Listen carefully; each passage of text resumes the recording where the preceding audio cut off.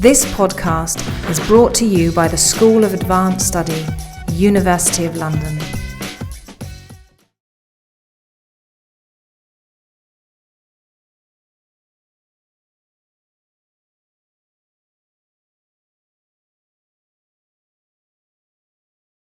It gives me great pleasure to introduce the first plenary for today, and also then to make a brief response before we move on to questions.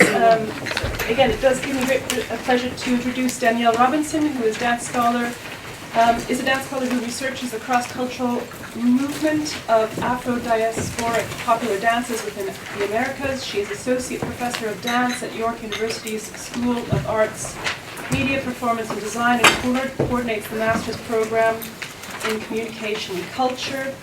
Danielle's book, Modern Moves, Ragtime Dancing in American Cultures, examines how notions of modernity were embodied in early 20th century social dancing and the nascent dance industry that supported it. Without further ado, thank you so much. Thank you. First, I would like to thank Claire for inviting me. This is such an exciting and stimulating. Could you speak a bit louder, please? Yes, I can. I'll summon my acting training from days gone by. So I wanted to thank Claire for inviting me. I participated in the symposium last year, and I'm thrilled to be here again this year, all the way from Canada. And I came away with so many ideas and things to go read and people to connect with, and so I'm already feeling that feeling again from the first panel. So thank you again, Claire, for including me. I'm excited to join the conversation that we're having today.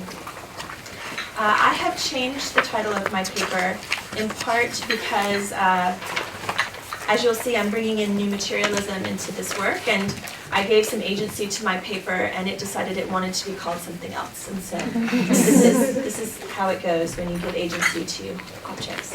So here we go. Materializing historical dance, past dancers in modern dance history. Playwrights have texts, composers have scores, painters and sculptors have residue of those activities, and dance is traditionally an ephemeral, effervescent, here today, gone tomorrow kind of thing.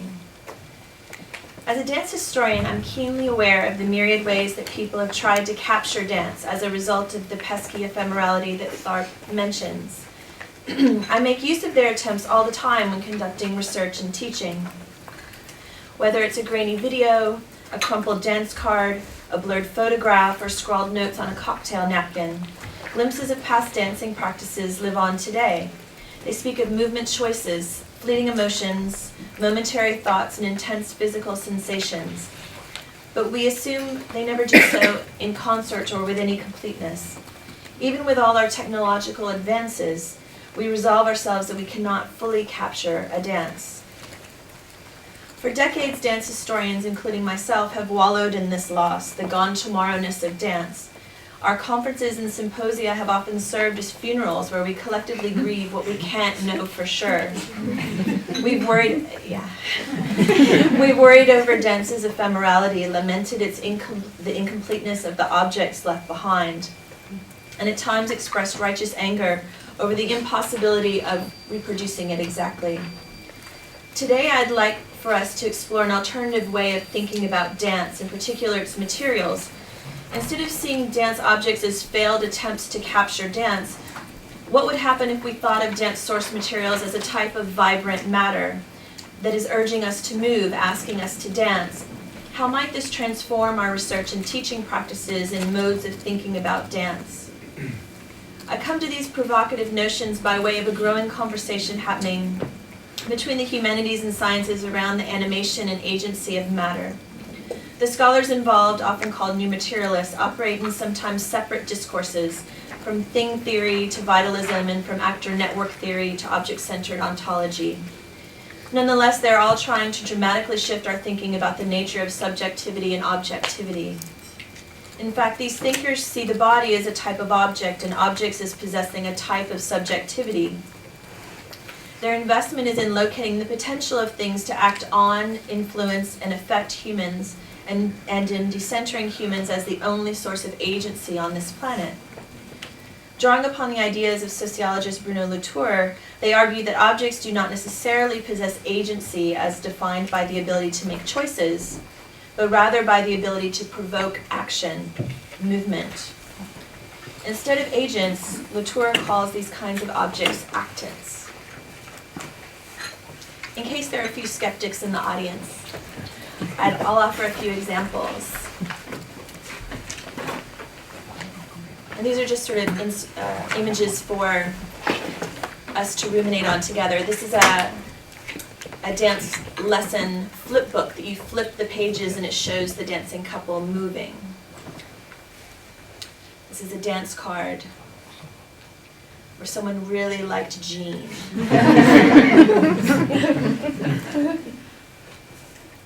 This is sheet music from turn of the century that unusually has a photograph on the front. Usually it's an illustration of some kind.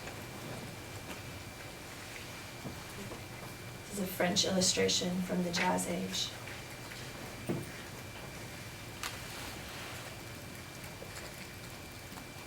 This is a dance lesson from a dance magazine, 1927.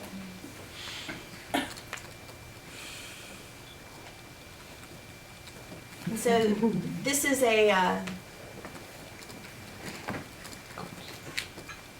we can think about the ways in which our shoes shape our movement as dancers. It's certainly what I'm trying to be provoked here. Now I have some options to consider that are not from dance. Orange traffic cones. They choreograph our movement, steering us in particular directions. A tongue depressor in the hands of a physician inspires us to open our mouths without a word being spoken. And illuminated smartphone screens draw to them our gaze and our fingers like moths to a flame.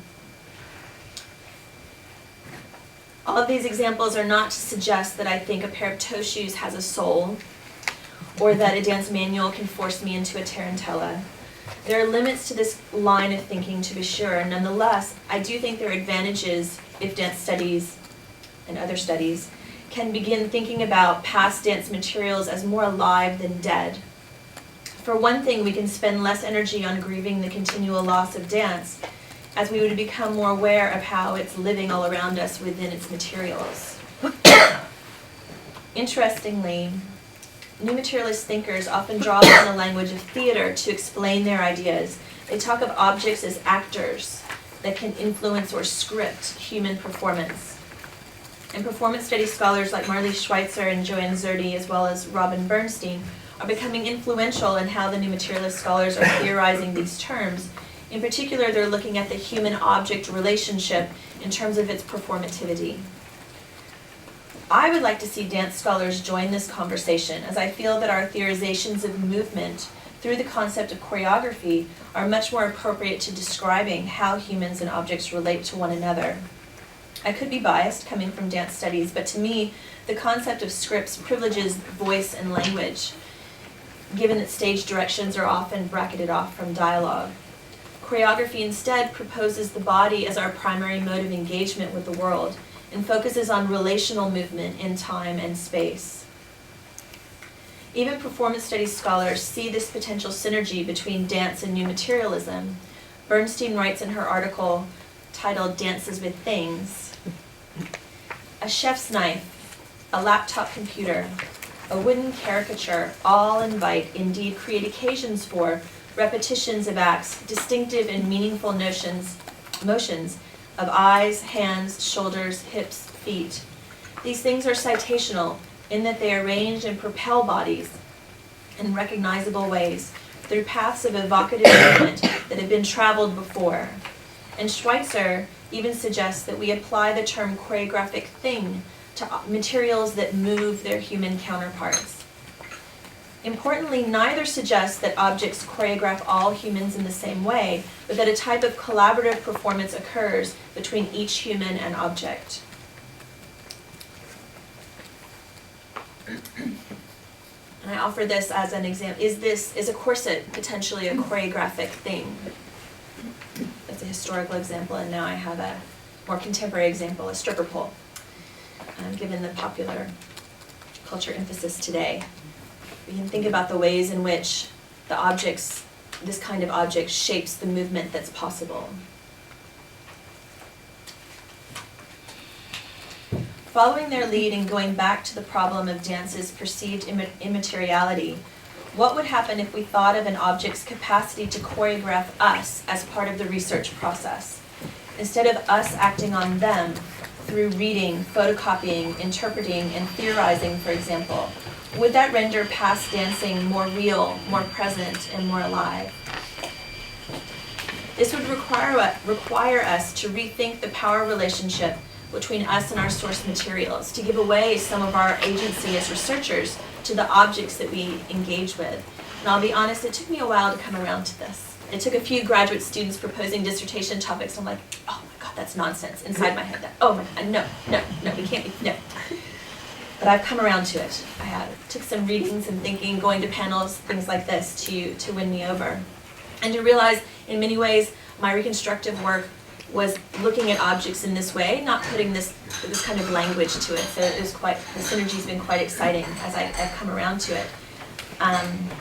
But also what made it easier is remembering how dance source materials were typically generated. They're generated by people trying to capture, inspire, and create memories of dance. Looking back over the kinds of research materials that I've relied on over the years, most were designed to inspire a type of future memory.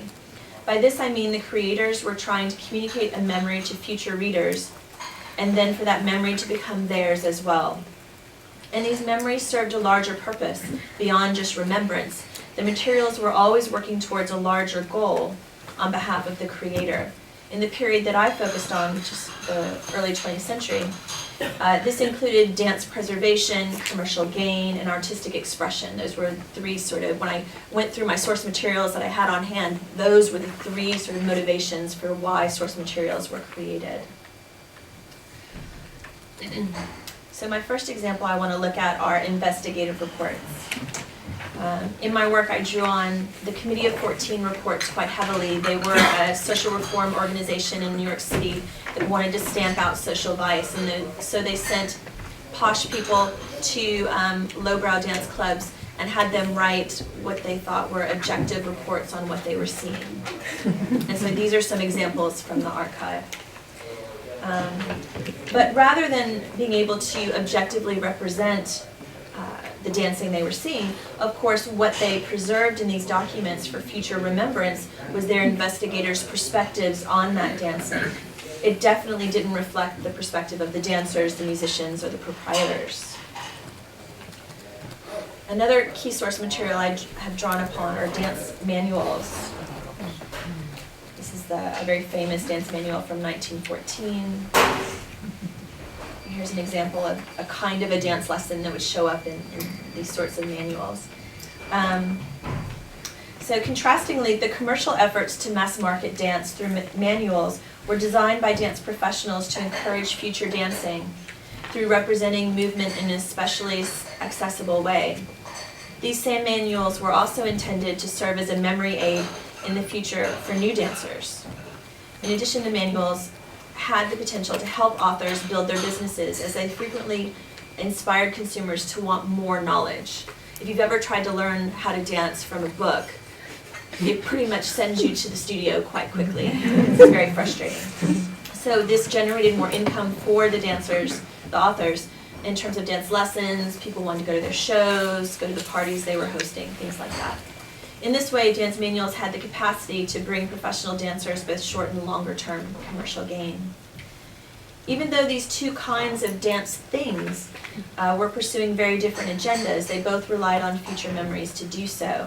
In fact, I would suggest that it was the memories embedded within these materials that provided them with their agency, their capacity to make people move, that enabled them to choreograph anyone who came into contact with them, if they were willing.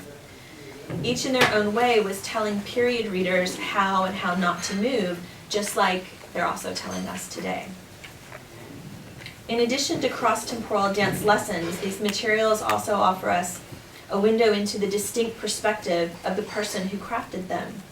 When we deeply engage with these kinds of sources, we have an opportunity to feel the urgency of the author's intentions, and through them imagine the often central role that dancing played within their lives. In this way, these materials offer us a means through which to not only get to know dancing, but to get to know the people who attempted to capture their memories of dancing and invest them within these objects.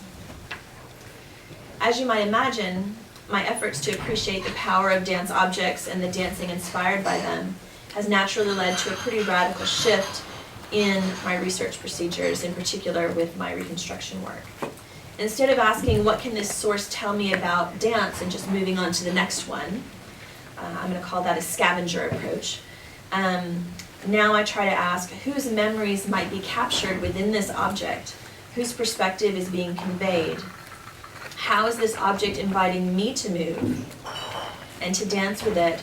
Who before me was choreographed by this object, and to what effect? And how might this choreograph other people in other times, past, present, future? These kinds of questions can help us access a particularity of experience in terms of the authors involved, as well as their intended audiences and contemporary researchers. Indeed, past dancing does not have to be gone tomorrow. If we find a way to shift our focus towards the embodied connections between objects and humans, dance can always be here today. Libraries and archives don't have to be mausoleums that house decaying remnants of life. They can be spaces to meet interesting people. Sounds like a Match.com ad. They can be places to meet interesting people, hear about their ambitions, their agendas, hear their memories of past dancing, and enjoy an impromptu dance lesson. In other words, the historical dance research process does not have to be doomed to failure because of dance's assumed ephemerality.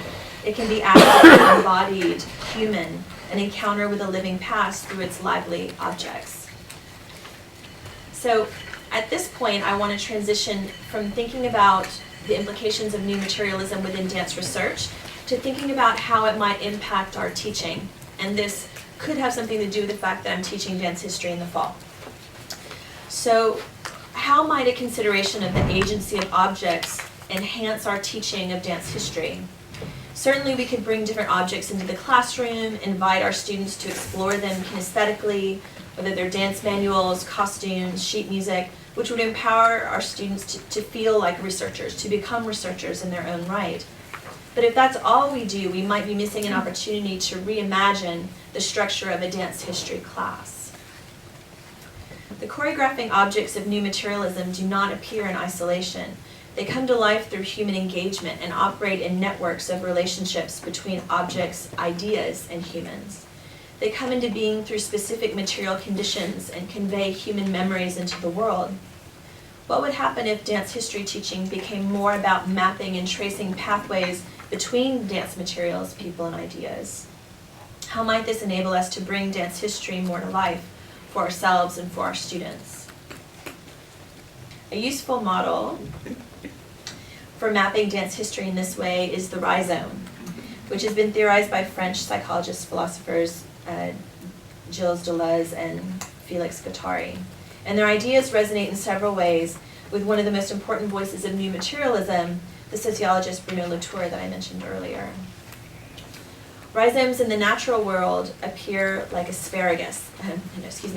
Rhizomes in the natural world, like asparagus, ginger, irises, even mushrooms, lurk mainly out of sight, shifting and growing heterogeneously in multiple nonlinear ways through webs of connection. In a similar way, for these theorists, the rhizome, which Latour called an actor network, is a democratizing structure that lacks a beginning, an end, a center. It's non-hierarchical.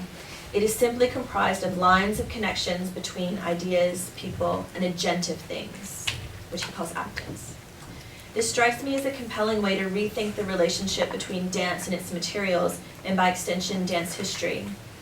A rhizomic approach might allow us to stop worrying over the materiality and immateriality of dance, as it would allow dance to be both. In fact, we could think of each piece, each dance piece, practice, genre, period, as a rhizomatic network. In this way, we might better be able to embrace the non-capturability of dance, appreciate the ways in which dances are shifting heterogeneous constructions, and think about the broader implications for dance. A key aspect of the rhizome is that it is in itself non-hierarchical. It does not allow for linear progressions or even lineages. Thus, it would absolutely produce quite a messy, unstable, changing dance history mess for us to teach our students. But it would certainly query how power relations have traditionally operated in our dance history classrooms. It would not privilege European or European American dancers or dancing, nor would it emphasize theatrical dance. Indeed, it would put popular dance forms on equal footing with all others. What it would also do is enable us to co-construct multiple dance histories with our students that would underscore the vibrant material interconnections between dancing dancers and their materials. Students could then focus on what dance forms have in common in terms of their internal logics, instead of memorizing who studied with whom or the hallworks of particular aesthetics, as my students would surely prefer to do, as it would be simpler. So at this moment, this is when my inner dance historian pipes up and asks, what in the world would this look like? And I imagine throwing out dance lessons and textbooks and all my PowerPoints from years past. And so as a way of grounding this a little further, I'd like to look specifically at modern dance for the remainder of the paper, the way that we can historicize modern dance through the rhizome. So a rhizomatic history of modern dance would first ask, where and when did different groups of people call their dancing modern? If a global or transatlantic study was not feasible, if you weren't rich, then a history could focus on just one location, as rhizomes come into view much more clearly when localized. For example, a rhizomatic North American history of modern dance could necessarily include a wide range of social and theatrical practices, such as the choreography and technique and discourse of Isadora Duncan, Ruth St. Denis, alongside the popular dance practices of their time, such as the cakewalk, ragtime dancing, and even the Argentine tango. So I just selected a few, right? That there's many more stories and people and modes of connection to bring together, but this is just a small collection. And we would access these practices through a range of choreographing things that would offer us different perspectives on the available movement experiences of the time. This strategy would better enable researchers to not only discern the common intellectual and material threads that weave between popular and theatrical dancing, but also eventually to construct a shared dance world and recognize the values, ideals, and materials that sustained it.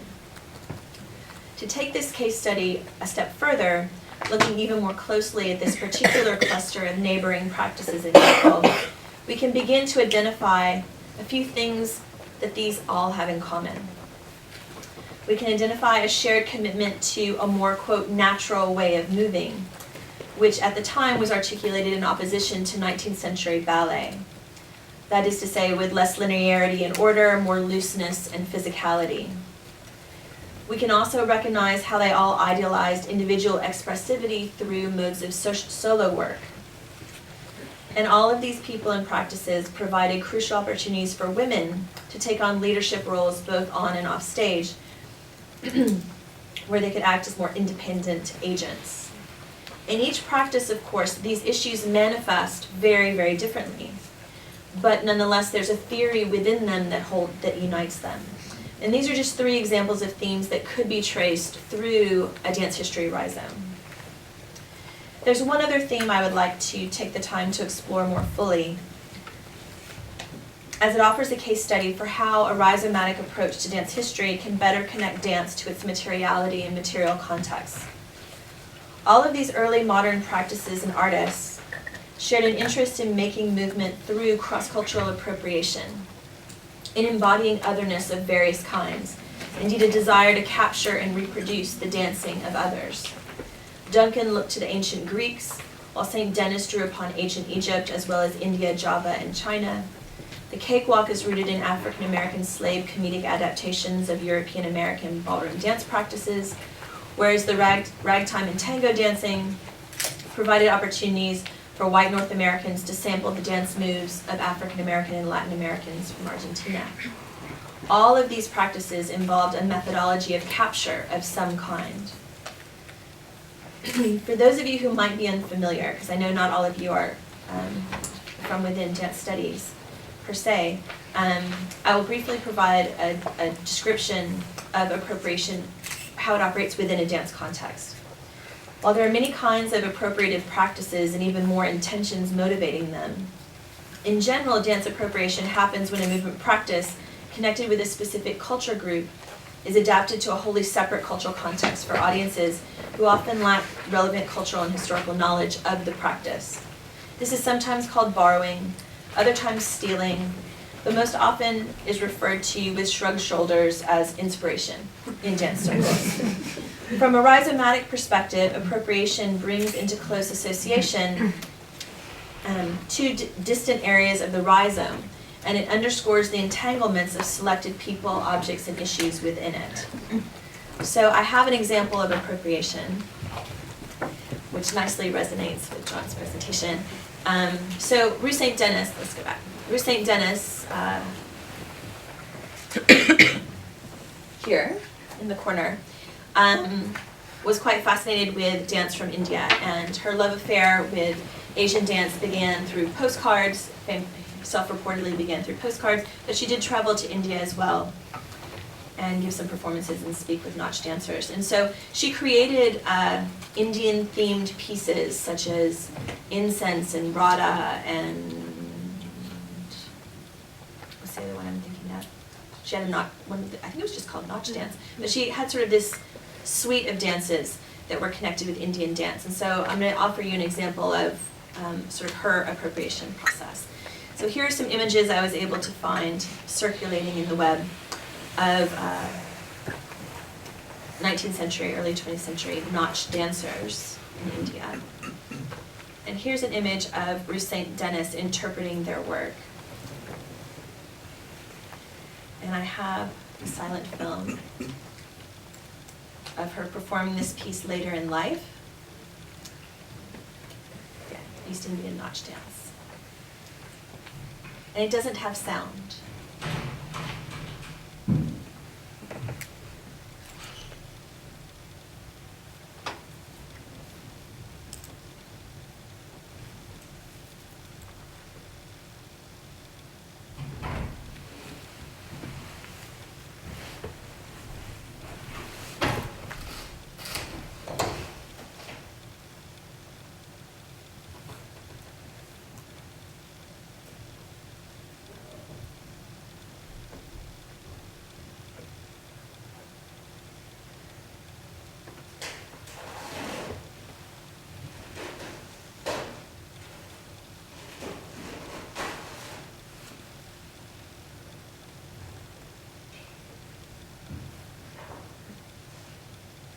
So,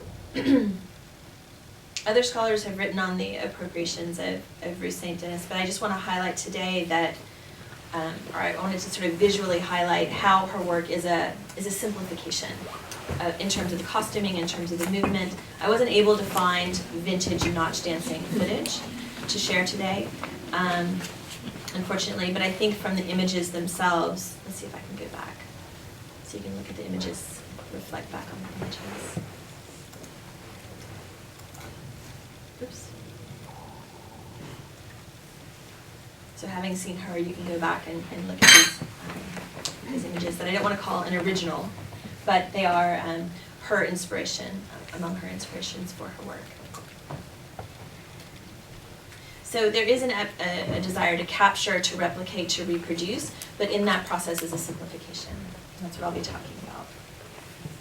So setting aside for a moment the issues of cultural ownership, which are vitally important, one of the core problems with dance appropriation is that it tends to require a degree of codification, the taking of complex, varied, and vibrant dance forms and transforming them into characteristic gestures, repeating footstep maps. Rue St. Denis called it a characteristic racial gesture. That was her terminology for it. Repeating footstep maps and simplified rhythmic patterns. Put another way, appropriation often attempts to capture or objectify, render material, the dancing of another culture in a partial way that often only minimally concerned itself with the vibrancy of the material so rendered. This in many ways is antithetical to the new materialist enterprise, which aims to recognize, uncover, and reveal the agency within objects. So it's about bringing it out as opposed to stripping it away. For this reason, appropriation has a stereotyping effect in which understandings of the original practice and indeed the others involved in it become fixed, such that the appropriated dance eventually comes to be seen as a representation of both. Dance scholar Jane Desmond has argued in relation to Latin American dance, in particular, that the effect of such generalization is often to reinforce U.S. stereotypes of Latin Americans as overly emotional, inefficient, unorganized, and pleasure-seeking. The very same qualities that may be valued in the movement, characterized in the U.S. as sensuous, romantic, expressive, emotional, hetero, erotic, and passionate, reinforce these stereotypes. Dances are often taken as evidence of character, sometimes of a national character, and often of a racial character. Indeed, appropriation was and is a problematic and ubiquitous practice that helped define modern dance in North America. I think it's important not to neglect this in our teaching of dance history and just call it harmless artistic inspiration, which is what most of the dance texts that we use do. That is not to say that we should spend the whole term criticizing the actions of these varied modern dancers, pointing out how they're racist, colonialist, because they were all part of a much larger network of people, practices, social forces that were normalizing this capturing, this appropriating. And here's where the rhizome can help us. As we connect popular and theatrical modern dance practices across genres and see how they shared an appropriative approach to dancing, we can query, why might this be? We can ask, what was going on in the world, or what in the world was going on that made this possible, acceptable, and exciting across so many genres? And in the case of early modern dance in North America, the answer could be connected with, for example, post-coloniality, the abolition of slavery, rapidly growing industries that focused on mechanical reproduction, all of which were predicated on, again, capturing and appropriating in varied ways. So I'd like to take an example from my research to look even more closely at the appropriation process. In the course of researching early modern social dancing, I became transfixed with the period notion of refinement. That's what they called it, refinement. So newly minted dance teachers were dedicating themselves to cleaning up the ragtime animal dances, rendering them safe for middle-class consumption. They were understood to have come from African American communities and needed to have any references to black dancing removed before they could be mass marketed, they thought. So I have some images sort of tracking the refinement process here. So I pulled the image from the cakewalk sheet music I showed you earlier. This is an image from the 30s. It's very hard to find pictorial evidence of black social dancing from this period that isn't a racist caricature. So I apologize for the big gap in photography, but these were the best images available of people actually dancing with each other. So here's the first pass of dance professionals trying to refine these dances. So they've retained the animality. They have, you know, this is a grizzly bear, this is a bunny hug, this is a turkey trot. So they've retained those names, and they have a certain playfulness and animal references happening in their gestures. But there is much more uprightness happening. Okay, and here's a final image of where they ended up in terms of the refinement process, where things are quite vertical, self-contained, and a very different aesthetic and bodily shape is happening. So the refinement process removed a great deal of what characterized ragtime dancing, such as rhythmic play, hip shaking, animal imitation. But it retained one key feature, a type of breakaway, which was simply called a variation. The appropriative refinement process transformed what had been moments of improvisational freedom for both male and female dancers that interspersed any ragtime song. It compressed them into a few counts of variation, in which the male would lead the woman in a brief interlude away from the basic step of the cleaned up dance.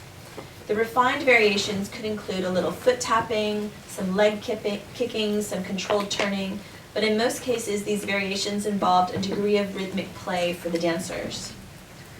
Looked at without the benefit of a wider rhizome, these variations could be seen as artistic improvements by crafty dance teachers. But if linked with a larger network that included post-abolition racial conditions in North America, they come into view as generative of stereotypes that articulated blackness with sexuality, animality, and a lack of civilization, that objectified African Americans through their dancing. And yet, looking even deeper, we can see within these variations a type of sediment, or palimpsest, that has survived and perhaps resisted the appropriation process. Although contained, simplified, and greatly whitened, these remaining moments of rhythmic freedom, which were captured in texts, footprint maps, and at times imagery, they all testify to the ragtime dancing that preceded it and the practitioners who enjoyed it. The variations in this way are a type of objectification of African American ragtime dancing itself. They perhaps demonstrate that the refinement process was unable to completely overwrite the original dancing, which leads me to wonder if the appropriation process is inevitably incomplete. Might there be palimpsests of prior dancing lurking within all the appropriations that enlivened North America's modern dancing? Bringing this back to teaching, could these palimpsest moments within dance be a source of embodied investigation in dance history classrooms when accessed through engagement with dance materials? Could we see what kinds of layers of hidden histories they can tell our students of dancing and dancers' past? In this way, we can explore the agency of a dance object, the capacity of dance to objectify, and help our students appreciate the manifold ways that dances are rhizomatically connected to one another and to the wider world. Dance scholar Jane Desmond wrote in 1993, "A whole history of dance forms could be written in terms of such appropriations and reworkings occurring in both North and South America for at least the last 2 centuries and continuing today. In most cases, we will find that dance forms originating in lower class and non-dominant populations present a trajectory of upward mobility in which the dances are refined, polished, and often desexualized. Similarly, improvisatory forms become codified to be much more easily transmitted across class and race lines, especially when the forms themselves become commodified and sold through special brokers or dance teachers. So this new provocative definition of modern dance that I've been working on, this new provocative definition of modern dance that I've been working on is rooted in cross-cultural appropriation and does not stray far from how sociologist Howard Wynant has understood modernity, and his definition links modernism with race, empire, and capitalism. He writes, "Race has been a constitutive element, an organizational practice, a praxis and structure that has constructed and reconstructed world society since the emergence of modernity, the enormous historical shift represented by the rise of Europe, the founding of modern nation-states and empires, the conquista, the onset of African enslavement, and the subjugation of much of Asia."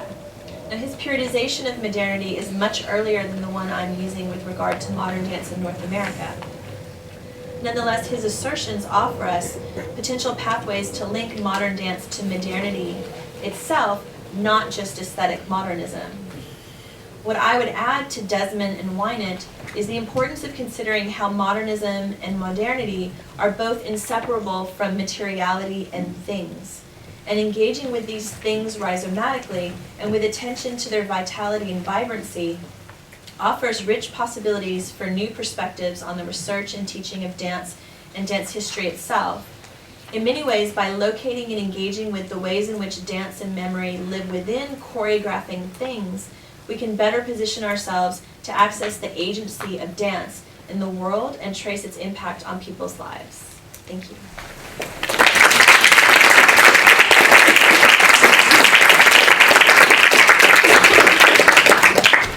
Great, thank you so much. I want to just start by saying it's been a great intellectual pleasure to engage with Danielle in my respondent role, and she very bravely gave me her paper about a week ago. So yeah, in responding to Danielle's paper, and I understand that this is new material that's sort of coming out of some of the questions you had from Modern Moves. So hopefully some of the things I'm going to say might help you, and you might want to respond or not, and we'll move on to questions after.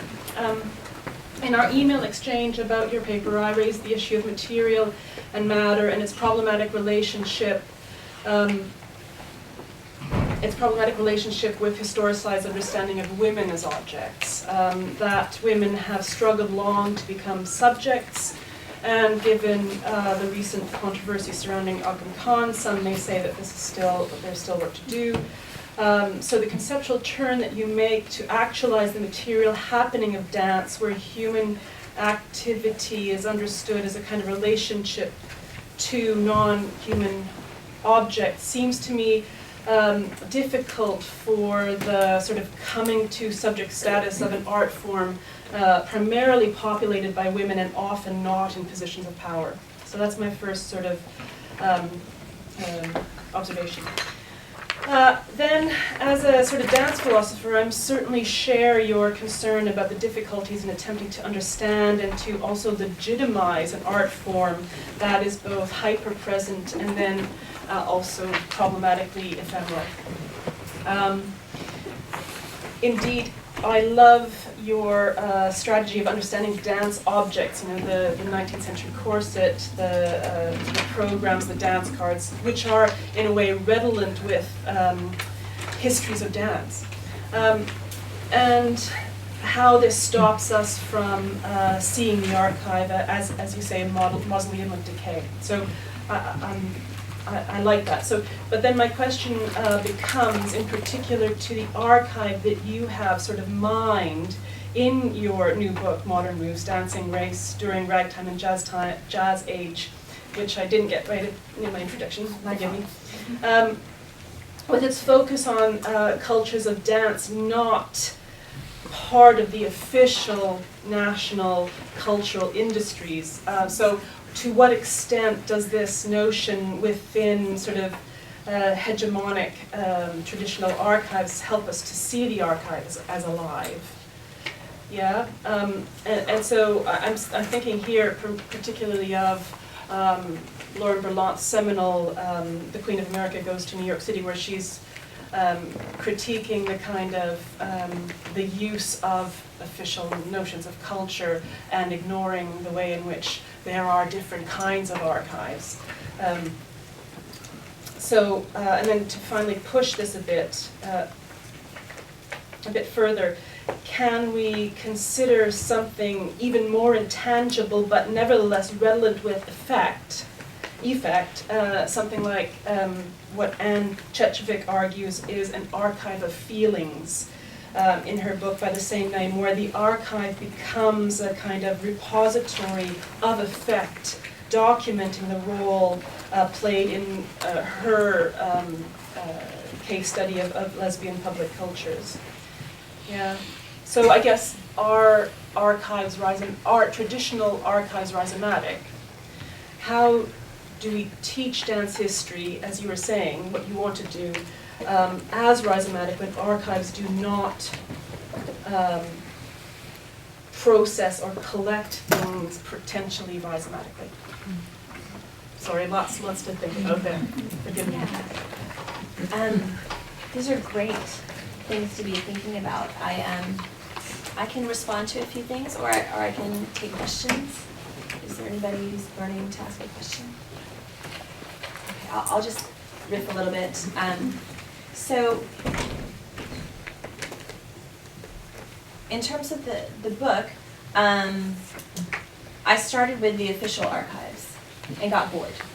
Got bored very quickly, and started going to other libraries and archives that weren't supposed to have dance materials, but I could find things related to dance. So I went to the so I went to the Municipal Archives of New York, where the mayor's papers from this period that talk about sort of his negotiations with these reformers trying to close down dance halls, but also his efforts to work with business owners to keep businesses open, but also work with the police in terms of regulations. What hours would they stay open? Could they sell alcohol on a dance premises? What kind of dancing?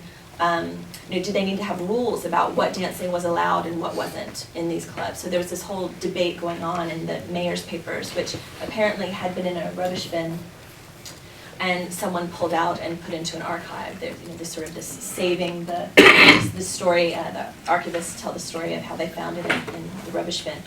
And that's just one example, but the Committee of 14 papers likewise were part of the special collections at the New York Public Library, but it's part of this larger sort of effort of progressive era reform.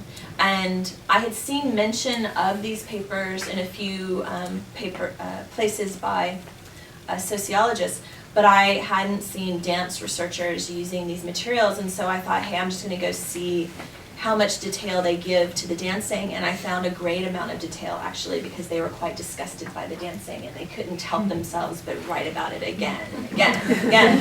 So I ended up, even though these materials are within archives, they were not part of the dance archive in New York, and so I found myself, in retrospect, working a rhizome across the island of Manhattan, and also over to New Jersey, where there's a jazz collection which is primarily focused on music, but the founder of that collection was really interested in dance and had done interviews with dancers before he died, with on crumpled napkins where his wife had typed them up sometimes. There were handwritten ones, where she would cross something out and he would write something in. So there's this really interesting unofficiality of it. And I indeed found them in the bottom of a manuscript box, crumpled up in not even file folders. But they hadn't even put the papers in order yet at that point. It was just sort of an afterthought. And so, I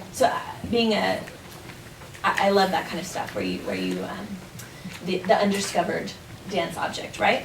So I think that, but let me take a few steps back and say that in my book I look at European American and African American dance communities and dances moving between them. And it was much easier to find materials for the European American dancers than it was the African American dancers. And so I would probably say I spent 25%, 30% of my time getting the treasure trove of materials I could use for the European Americans dancing. And the rest of the time tracking down, many times fruitlessly, sources for African American dancing. So I had heard a rumor that there were materials in a closet at a YMCA in Harlem, and I harassed and never found them. But I spent a year living in New York, stalking the manager of this YMCA, trying to find these materials, but he couldn't find them, and I couldn't break the doors down. So there's this, I think that anytime you're working with popular dance, you're always outside the official archive to a certain degree, and then if you're starting to work with materials that are from non-dominant populations in that particular culture, your job is even harder. And so the sources that I ended up relying on the most for African American dance were representations by artists, so poetry, paintings, music, fiction, things like that they ended up being quite useful. But then you have to use them with a giant grain of salt, because they're making use of the dance in service of telling a story, conveying a character, creating a crisis, right? So it's not, sources are always mediating, but in that case they're highly mediated, how they're representing dance. So you end up having to go beyond the usual triangulation to confirm things. So I think that traditional archives, when you look at sort of how things are cataloged, they are rhizomatic, right? If you look at the sort of finding aids that archivists use, they are quite rhizomatic. But in the process of doing this kind of project that I did, you have to extend the rhizome, fill in the rhizome, look for things that are hidden within the rhizome that aren't showing through. Like, for example, I found at the dance collection in New York that their cataloging system mainly had to do with proper names. That's a problem when you're working with a social practice, right? So they had like one folder on the cakewalk or something, you know, and I'm like, okay, this just doesn't work for me. And so you have to then figure out, okay, who were the key people and look them up, and you have to come up with, you know, is there a step within the cakewalk that was really popular, and then you try to look it up that way. So you have to kind of, to get at the materials that are hidden and lurking and that aren't sort of bubbling up to the surface, you have to work with the archival system, but you have to work against it as well. So I don't know if that answers your question, but I, you know, it's interesting, this new materialist work I read after the book, right? Of course. And so, but as I was reading it, what came to mind were those days when I would come out of the archive and I would have to call my husband immediately and tell him about the people I had met. You know, that I would have to leave the room, and in several archives I said, do you have a back room I could borrow? And I would have to go back and try out the movement. Like I'd be watching a film that you couldn't find anywhere else, and I would take all these notes, but I knew that if I didn't try to put it in my body, there was no way I could actually have any hope of remembering what I saw. And so it was that kind of physical and personal engagement and frustration that sort of came back into my mind in reading this new theoretical work. And so so there is, I think there's a lot, I see a lot of potential for finding the, bringing back the humanity and feeling and physicality and emotion and human engagement into the historical process. And I guess I was in part motivated to take this presentation from research over to teaching, because in part, you know, I am teaching dance history in the fall, but also the last time I taught dance history, I had a really hard time getting my students to care. They're all contemporary dancers, and so anything in the past is boring. It's like I was trying to make them eat broccoli every day. And so I really, in the wake of that, was trying to think in the back of my mind, how can I get them as excited about dance history as I am? And I think bringing that sort of humanity to it, physicality, modes of engagement, giving them a space to discover is going to be key to that. Yeah, I'm hoping.